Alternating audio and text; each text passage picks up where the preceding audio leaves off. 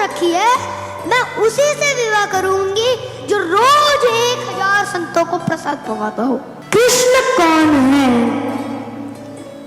परम पुरुषोत्तम, 16 कलाओं के स्वामी, ऐसे परम ज्ञानी की गीता का ज्ञान देते हैं, ऐसे सदाचारी कि द्रौपदी की लाज बचाते हैं, ऐसे तेजस्वी कि जब दुर्योधन हस्तिनापुर की राजसभा में जब दुर्योधन भगवान को अपनी बेड़ियों से बांधने के लिए आगे बढ़ता है तो अपना विराट रूप दिखाकर समूचे ब्रह्मांड को अचंभित कर देते हैं। इतने में भगवान की कनिष्ठ उंगली में एक अंगूठी थी। बोले ये कहां बजा के ले जा रहे हो, इसको दो। हरे कृष्ण। एक ही आई है बस, अभी 2 आई है। आपने नहीं बोला था? हरे कृष्ण। हाँ, अब आप सब हरे कृष्ण। अब आप हरे कृष्ण, हरे कृष्ण,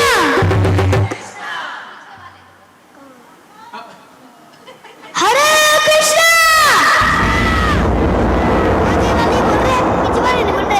आपको बोल रहा हूँ, हरे कृष्ण बोलो, हरे कृष्ण, कृष्ण कृष्ण।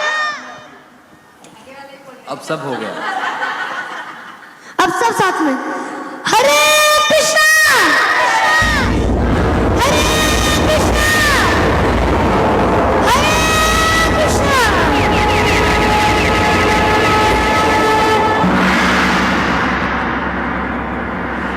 प्रभु जी शंख गदा पद्म सब बजा देते। सुदर्शन की चलते हैं। चलो चलो करूं? अब सबसे पहले हमारे अंदाज निराले हैं क्योंकि हम हरे कृष्णा वाले हैं।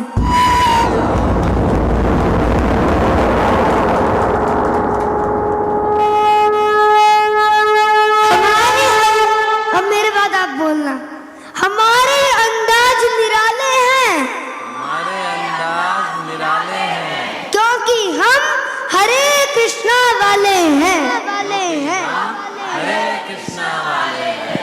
हरे कृष्णा तो बोल दो। बोल ही रहा हूं। हाय हेलो छोड़ो, हरे कृष्णा बोलो।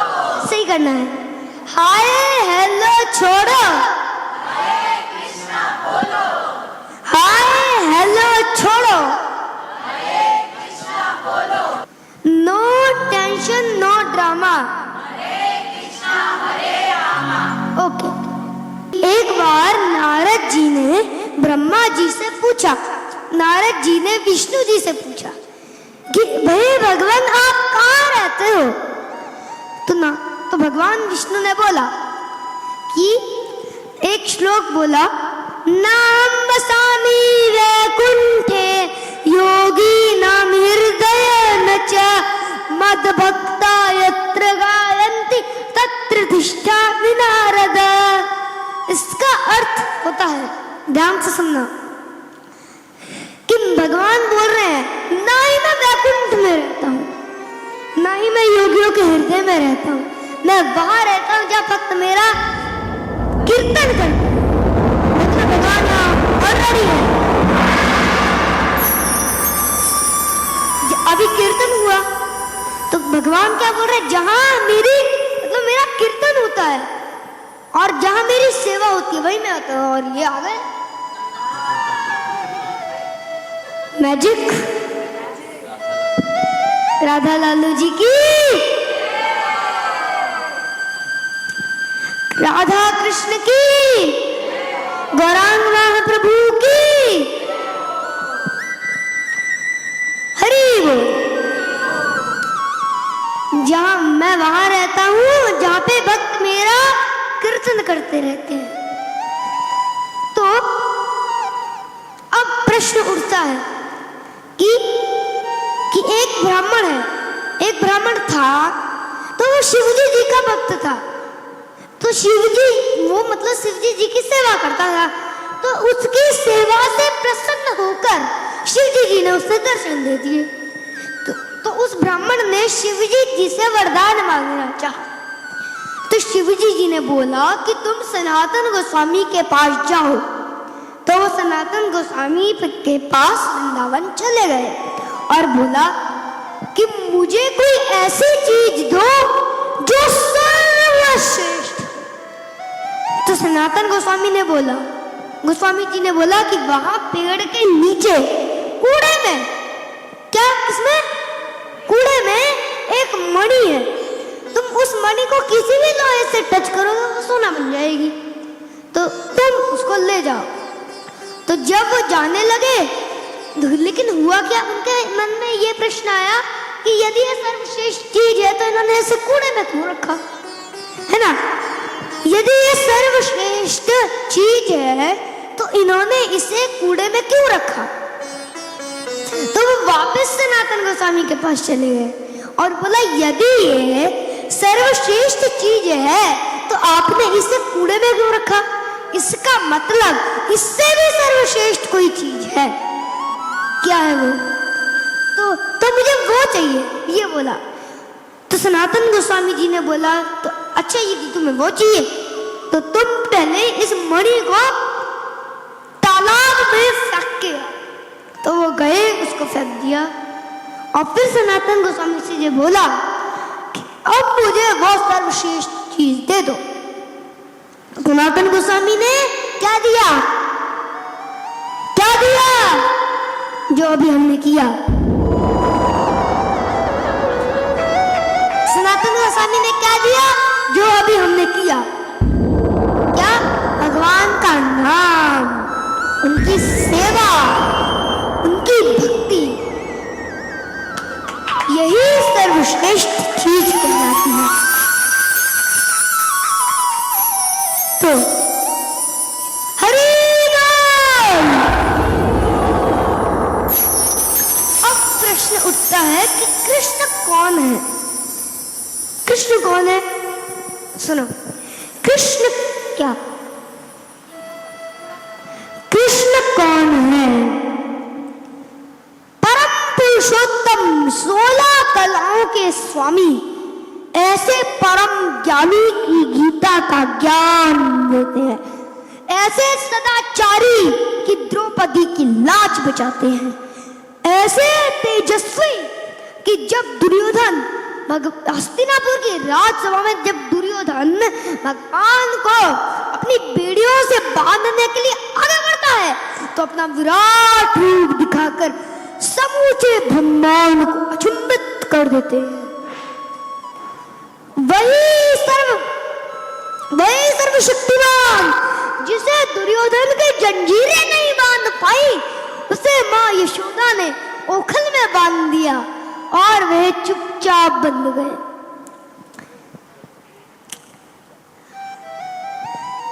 कहां मिलेंगे कृष्ण जैसे कोई और, कहां मिलेंगे कन्हैया जैसे कोई और, जो पूरी सृष्टि का स्वामी है फिर भी माखन चुराता है और अपनी मां की मार से बचने के लिए सौ झूठ बोलता है। अपनी माँ की मार से बचने के लिए 100 झूठ बोलते हैं। क्या झूठ? मैया मोरी, मैं नहीं माखन खायो, बाल बाल सब बैर पड़े हैं, बेबस मुख लटकायो। मैया मोरी, मैं नहीं माखन खायो। तो बोले उस कन्या ने शर्त रखी है, मैं उसी से विवाह करूंगी जो रोज 1000 संतों को प्रसाद पवाता हो। तो धर्मपाल जी बोले अब तो मुहूर्त भी नहीं निकला, अब तो मुहूर्त भी नहीं निकलवाना, कल ही ब्याह करा दो मेरा। ऐसी कन्या मुहूर्त उसके संग देखा जाता है जिसके अंदर ये संकोच हो या फिर ये दुविधा हो कि मानव जीवन कैसा चलेगा। इससे तो मुझे भरोसा है बढ़िया जाएगा मेरा जीवन, इसी से ही ब्याह करा दो। तो कन्या ने शर्त रखी कि हरपाल जी, हम आपसे ब्याह तो कर रहे हैं, लेकिन हमारी शर्त मंजूर है ना, रोज 1000 संतों को प्रसाद पावना पड़ेगा। तो बोले मैं निश्चित करूंगा, आप ब्याह कर लो। अब ब्याह हो गया। हरपाल जी रोज 1000 संतों को प्रसाद पवाते। अब देखो, यदि कोई संकल्प ले ले कि मैं रोज 1000 संतों का प्रसाद पवाऊंगा, यदि 100 महात्मा ज्यादा बढ़ जाए, 200 महात्मा ज्यादा बढ़ जाए, तो उनको मना करेगा क्या? तो उसे अपराध बनेगा। जितने आए सबको बैठाने की जिम्मेवारी उसकी, ऐसी है ना। ऐसे कथा में भी होता है, जितने आए सबके लिए स्थान पर्याप्त होना चाहिए। ऐसे ही यहाँ क्या हो रहा है, सबके लिए स्थान पर्याप्त होना चाहिए प्रसाद के लिए। लेकिन हरपाल जी करते कुछ नहीं थे, कमाई का कोई जरिया नहीं था, केवल जो परदादाओं के पुश्तैनी धन था बस उसी को ही खर्च करते जा रहे थे। तो संत सेवा में 1 साल बढ़िया चला, 1.5 साल बढ़िया चला, लेकिन अब धीरे धीरे धन खत्म होने लगा। हरपाल जी बड़ी चिंता में आके क्या करें, पत्नी को नहीं बताते, क्यों, इससे तो शर्त है, इसको क्यों बताऊं अपना दुख। तो हरपाल जी ये दुकानदारों से कर्जा लेने लगे, और वो पुराने संपन्न थे, इसीलिए किसी ने कर्जा देने से मना भी नहीं किया, बोले सब देने लगे, बोले ले जा। इतना कर्जा कर लिया, 6-7 महीनों के कर्जे में भी उनकी संत सेवा बंद नहीं हुई। अब मांगने वालों ने मांगना शुरू किया, देने वालों ने मांगना शुरू किया, हमारा दो हमारा दो हमारा दो, किसी का नहीं दे पाए। तो पूरे नगर में यह हो गया कि हरपाल जी अब पहली जैसी स्थिति में नहीं है, कर्जा इनको देना बंद करे, देते ही नहीं पैसा लौटा करके, है ना। क्या नहीं करते, मतलब हाँ, हम तो इनको दे देते लेकिन ये हमको नहीं देते। तो फिर हरपाल जी ने क्या किया, अब तो मुझे कोई कर्जा भी नहीं रहा, अब क्या करूं मैं। तो उन्होंने सोचा कि मैं चोरी करूंगा, चोरी करूंगा। तो हरपाल जी चोरी करने जाने लगे, लेकिन हरपाल जी का नियम था कि वो किसी के धन की चोरी नहीं करते थे।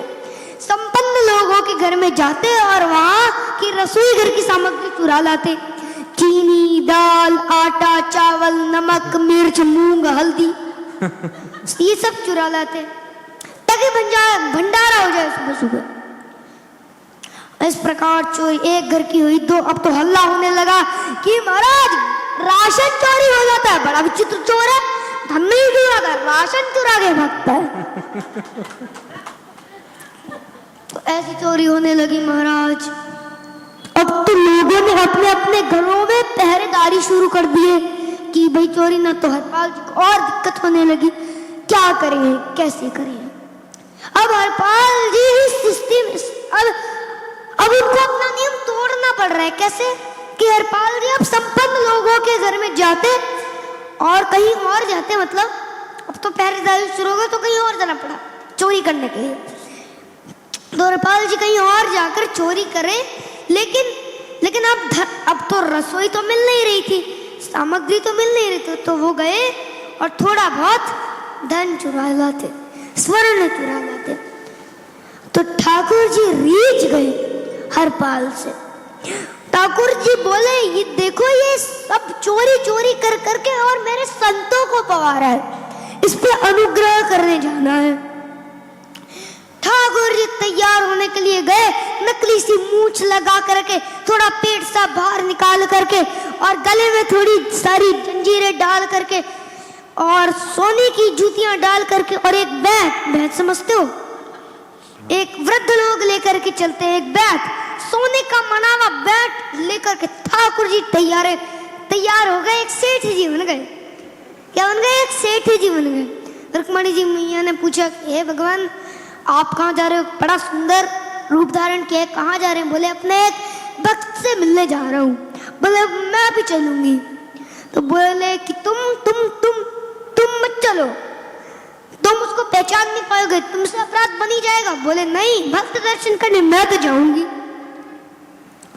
तो ठाकुर जी बोले कि जल्दी तैयार हो जाओ। क्या करो, जल्दी तैयार हो जाओ। तो ठाकुर जी एक सेठ जी बन गए और रुक्मणी जी सेठानी जी बन गई, और दोनों ने मन में विचार किया कि हरपाल जी को दर्शन देना है। तो अब हरपाल जी की यहाँ स्थिति क्या थी, अब संत सेवा के लिए कहीं से भी धन नहीं मिल रहा था। तो हरपाल जी ऐसे एक मार्ग, मान लो उसको एक मार्ग पर जाकर के बैठ गए और सोचने लगे कोई धनवान यहाँ से जाएगा, हाँ चल जाएगा तो उसको लूट लूंगा और लूट के भाग जाऊंगा, सारा धन संत सेवा में लगा दूंगा। तो उस मार्ग पर कोई और तो आया नहीं और ठाकुर जी सेठ बन के आ गए। ओ खूब सारे गहने पहन करके, सोने की जूतियां डाल कर और छम छम करते चल के आ रहे और गहने बज रहे ठाकुर जी के। हरपाल ने नेत्र खोल करके देखा, बोला ये तो एक आध साल के भंडारे की व्यवस्था आ रही है सामने से। इतने में सेठानी जी भी आई। ओ उनको देखकर, ओ ये तो 5-10 साल की व्यवस्था आ रही है। सेठानी जी ज्यादा पहन के आती हैं, सेठानी जी ज्यादा पहन के आती हैं। हाँ, जब मतलब ठाकुर जी जब आते हैं तो उसके बाद जब वो आती है तो तब दोनों को देख करके मतलब दोनों ही एक हो गए ना। ठीक है, इसलिए क्या हुआ, मतलब 5-10 साल की विस्तारियों बोला। इस ये तो यदि ये दोनों लूट लिए जाए तो 10 साल चोरी नहीं करनी पड़ेगी। देखो कितना धन संपन्न। तो हरपाल जी के बगल में आ गए ठाकुर जी। हरपाल जी बोले, जय श्री कृष्ण, प्रणाम। ठाकुर जी तो नाराज हो गए, बोले क्या भगवान का नाम बोलता है सुबह सुबह, तुम सब लोग बड़े पाखंडी हो, ढोंगी हो। और हमने सुना है कि इस गांव में एक रहता है, वो चोरी डकैती करता है और फिर कहता है संत सेवा करता है।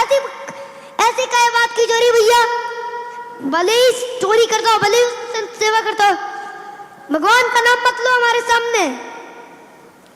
तो हरपाल जी समझ गई तो पूरा भगवत विमुख है, इसकी तो एक अंगूठी भी नहीं छोड़नी मुझको, इसका तो सब लेके जाऊंगा। क्या करूंगा, इसका तो सब लेके जाऊंगा। अरे एक चीज भूल गया, क्या सुनाना था वो, बूढ़ी माता। चलो बस लास्ट में सुनाऊंगा, हंसना उसमें, हंसने की बारी आएगी उसमें। तो कहाँ बचा था मैं? अंगूठी भी नहीं छोड़नी है। हाँ, एक अंगूठी भी नहीं छोड़नी, इसका तो सब लेके जाऊंगा।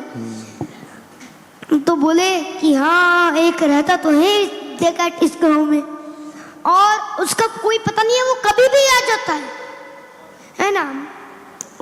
लेकिन एक मार्ग जंगल में होकर के है, उसमें गांव में नहीं जाना पड़ता, वहां से गुप्त चुप निकल करके सारे आपके गांव पार हो जाएंगे, आप शहर पहुंच जाओगे। उसका रास्ता मुझे ही पता है, उसका रास्ता मुझे पता। क्यों हंसा रहे हो?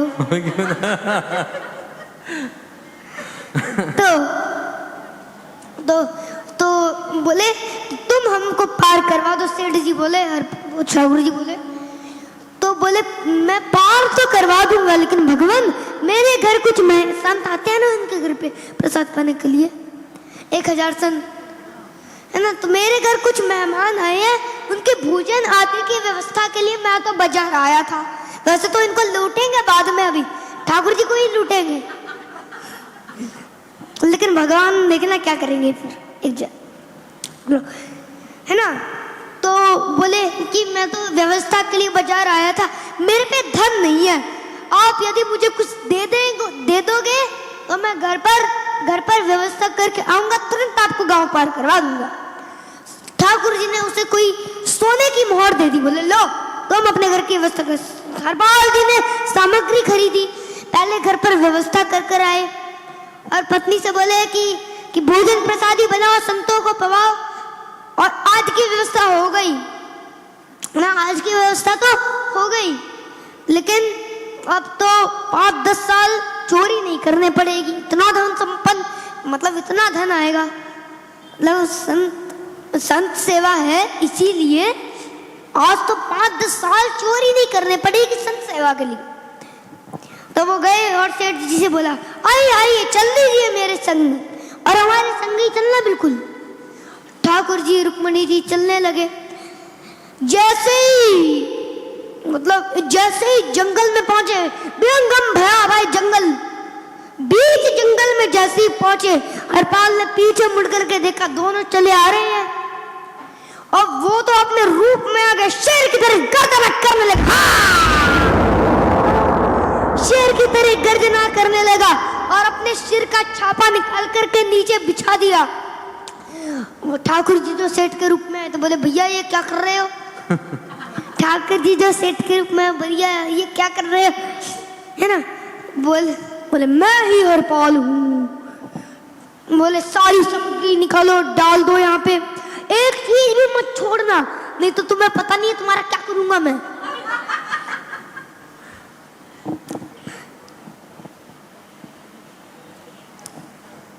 ठाकुर जी जो सेठ के रूप में आए तो वो तो थर थर कांपने लगे। हरपाल कह रहे, सब निकालो, सेठानी जी कान के कुंडल उतार। नहीं, ये नहीं है, ये तो बाद में आएगा, कि है ना। तो ठाकुर जी तो थर थर कांपने लगे। लक्ष्मी मैया बोली, देखो कैसा नाटक कर रहे हैं। रावण के आगे नहीं डरे थे, हिरण्यकश्यप, कुंभकर्ण के आगे नहीं डरे थे, हिरण्यकश्यप के आगे भी नहीं डरे थे, और ये हरपाल के आगे ऐसे कांप रहे हैं। भगवान तुम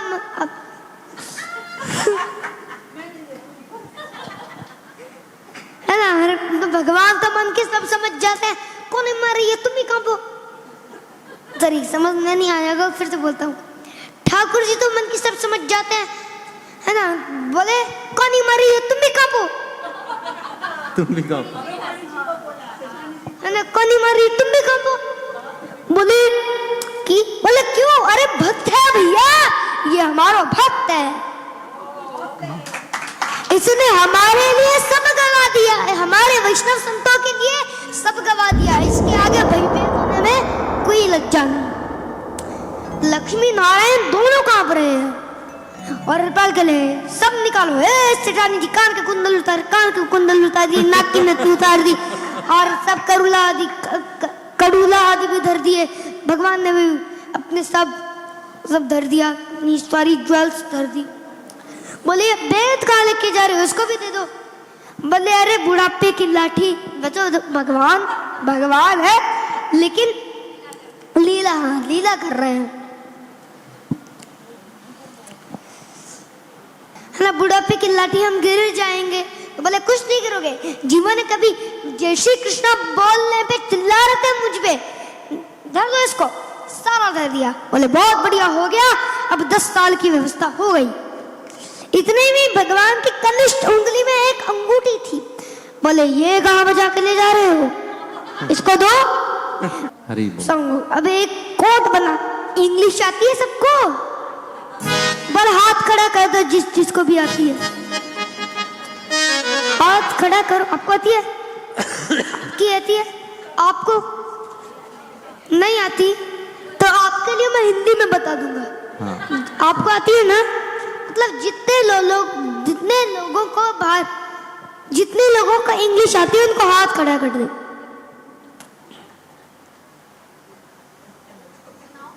ठीक है, सुनाओ।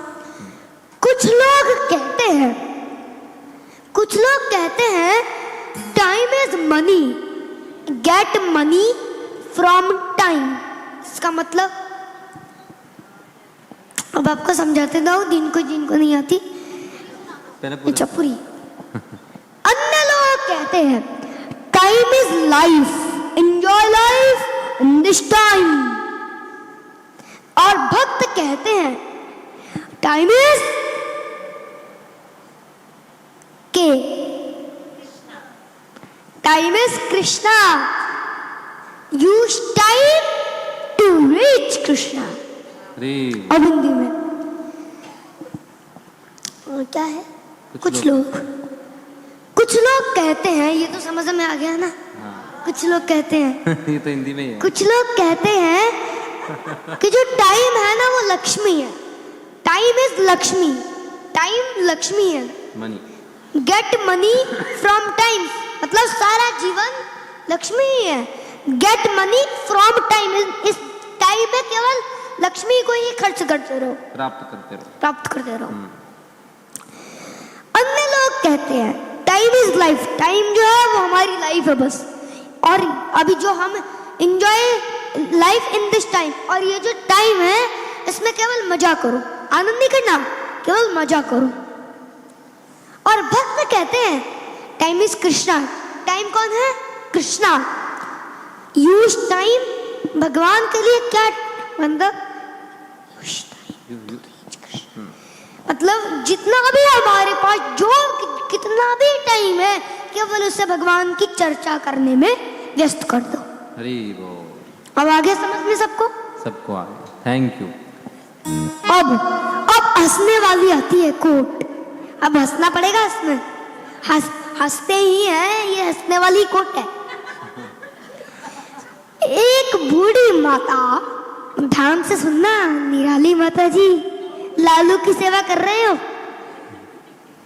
चलो बताओ। बताओ।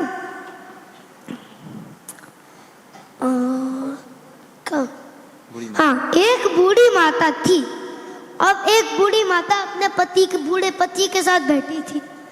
तो बूढ़ी माता ने अपने बूढ़े पति से कहा, जप करो, जप करो, जप करो। बूढ़े पति ने उत्तर दे दिया, चुप रहो, चुप रहो, चुप रहो। बूढ़ी माता ने क्या बोला? जप करो, जप करो, जप करो।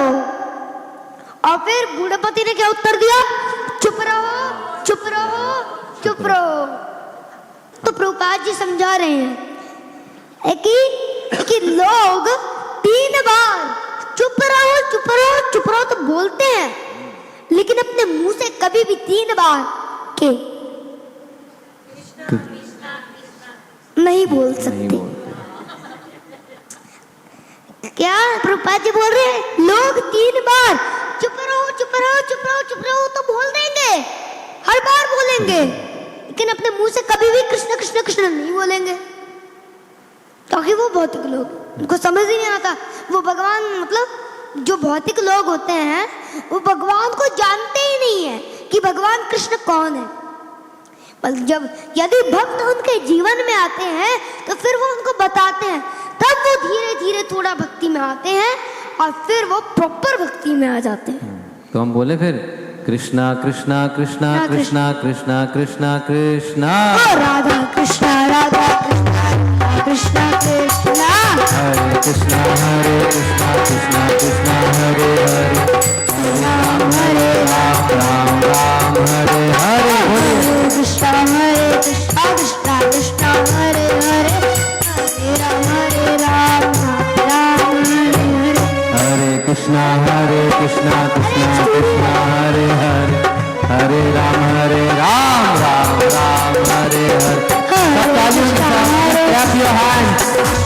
हरे हरे, हरे राम, राम राम, हरे हरे। हरे कृष्णा, कृष्णा कृष्णा, हरे हरे, हरे राम, राम राम, हरे हरे। सब लोग गाइए। कृष्णा हरे हरे, हरे राम, राम